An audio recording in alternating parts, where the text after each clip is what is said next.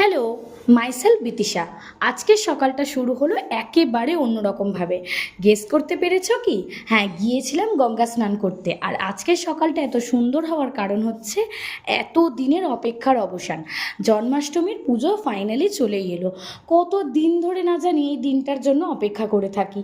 সকাল সকাল গঙ্গা স্নান কমপ্লিট করে ফুল, মালা, মিষ্টি, কেক সব কিছু নিয়ে বাড়ি ফিরে আসলাম। তারপরে লেগে পড়লাম আমি, ঠাকুমা, মা তিনজনে মিলে পুজোর জোগাড়ে। নাড়ু, তালের লুচি, তালফুলুরি, হরেক রকমের কৃষ্ণের পছন্দের সমস্ত খাবার। তারপরে ফল কাটতে বসলাম। এইসব করতে করতেই তারপরে সময় হয়ে গেল আমার কৃষ্ণকে সাজানোর। রাধা কৃষ্ণকে বেশ সুন্দর করে স্নান সাজিয়ে নিলাম, নতুন জামা, নতুন সাজ, সমস্ত কিছু দিয়ে। জানিও কিন্তু কেমন হয়েছে আমার রাধা কৃষ্ণের সাজ।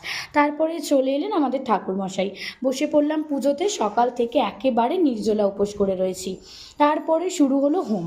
হোমের আগুন কি সুন্দর দাউ দাউ করে জ্বলছে, দেখেছো? আর তো কিছুক্ষণ, তারপরে পুজো শেষ।